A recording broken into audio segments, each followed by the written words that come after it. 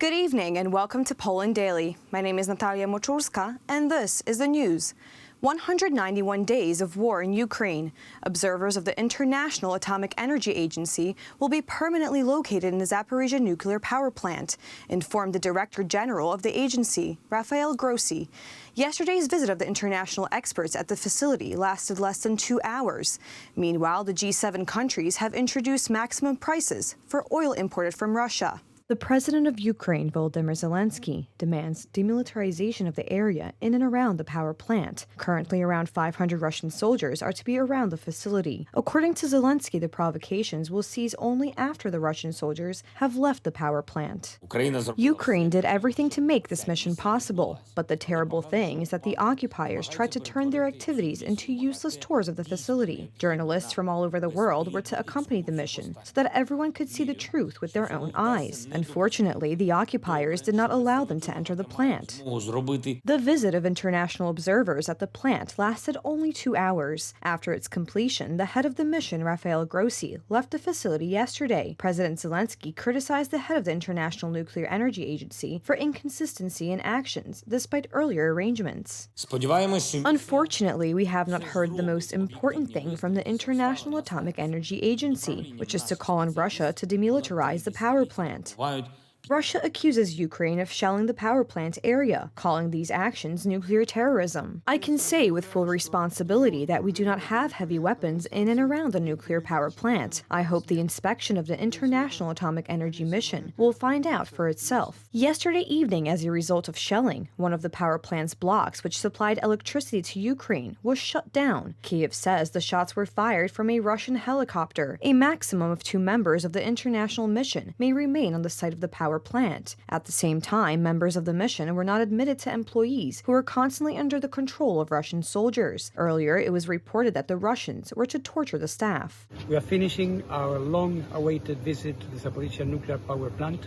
I have just completed a first tour of the key areas that we wanted to see in this first approach. In the morning, the Russians shot at the center of Kharkiv. 1 person was killed and 3 were injured as a result of the shelling, while yesterday, on the start of the new school year, several Russian missiles struck a local school. In the Zaporizhia region, 20 towns were fired upon. In turn, in the Donetsk region, 4 civilians were killed as a result of the shelling. Russia has not captured the entire area of this oblast, although it has been making such attempts all the time. According to the Ukrainian General Staff, Vladimir Putin has postponed the planned date of the occupation of this area from August 31st to September 15th.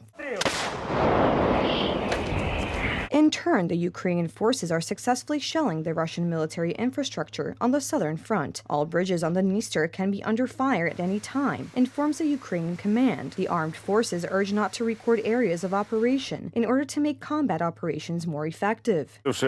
Our Air Force carried out 24 strikes on military grouping points, command points, support units, logistics centers, transport routes, and battle stations. According to the General Staff of the Armed Forces of Ukraine, Russia has lost around 48,700 soldiers since the beginning of the war, more than 2,000 tanks and 1,100 artillery sets, nearly 300 rocket launchers, and nearly 200 cruise missiles. Meanwhile, the G7 countries approved a cap on oil prices from Russia. It was planned for December, but now the decision has been accelerated. Similar restrictions are also to apply to Russian gas. I am deeply convinced that the time has come to introduce a price cap on Russian gas delivered to Europe via pipelines.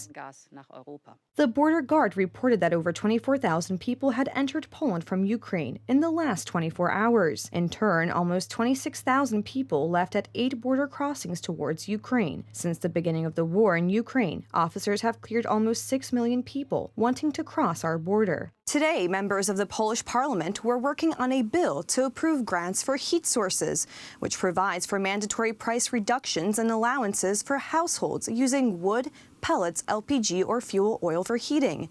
In addition, parliamentarians dealt with a bill on support for entrepreneurs operating along the Oder River.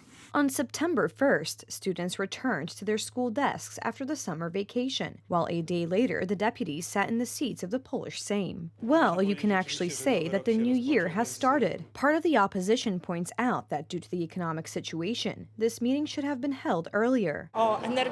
We should have talked about energy, coal pellets, and gas before vacation. People are about to start heating their homes and they are still not prepared for winter. It took time to prepare appropriate legal regulations that are a response to the energy crisis. Politicians pointed out that some provisions in the law could result in actions aimed at receiving a higher amount of funding. We already hear that in one small house fired with one furnace, suddenly there are 4 family households. This means that 4 family households can apply for a grant of 4 times 3,000 zloty for the same furnace. To avoid this type of situation, the government decided to amend the law.